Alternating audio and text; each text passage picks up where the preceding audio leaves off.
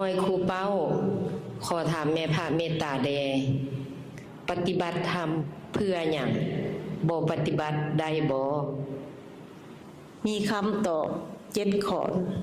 ข้อที่1การปฏิบัติธรรมนี่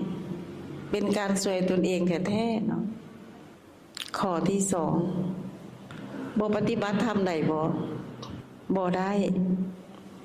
คันบ่ปฏิบัติธรรมก็สิบ่มีธรรมเป็นคนบ่มีธรรมนี่ทุกข์ได้เดือดร้อนได้อยู่บ่สบายบ่คลายทุกข์มีแต่ทุกข์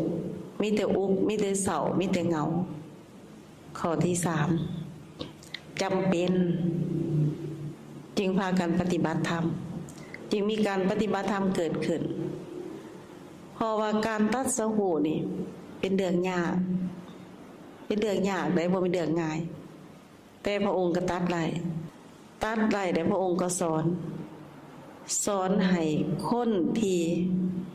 ยังบ่ทันจักเรื่องปฏิบัติธรรมให้เข้าใจให้ปฏิบัติตาม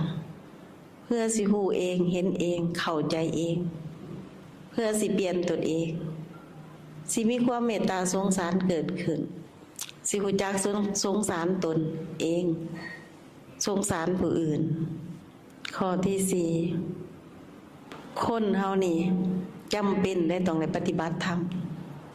อย่าว่าเลยบ่ปฏิบัติได้บ่มันก็ได้บ่มีไผบังคับเฮาดอกแต่มารในตัวเฮานี่มันสิบังคับเฮา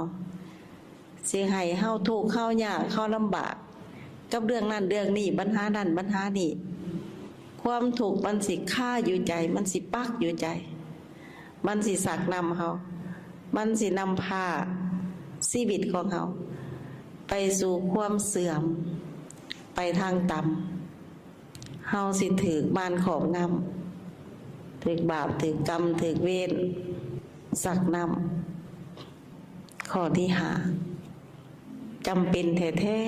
ๆสำหรับชีวิตทุกคนในการปฏิบัติธรรม เพราะว่าพระศาสดาเห็นว่าการฝึกการปฏิบัติเอาธรรมคนเฮาต้องได้ธรรมมีธรรมเป็นที่เพิงธรรมดีกว่าเพิงผี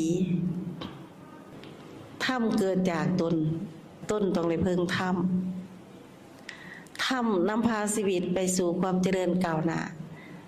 ไปสู่ความหลุดพ้นนี่คือเหตุผล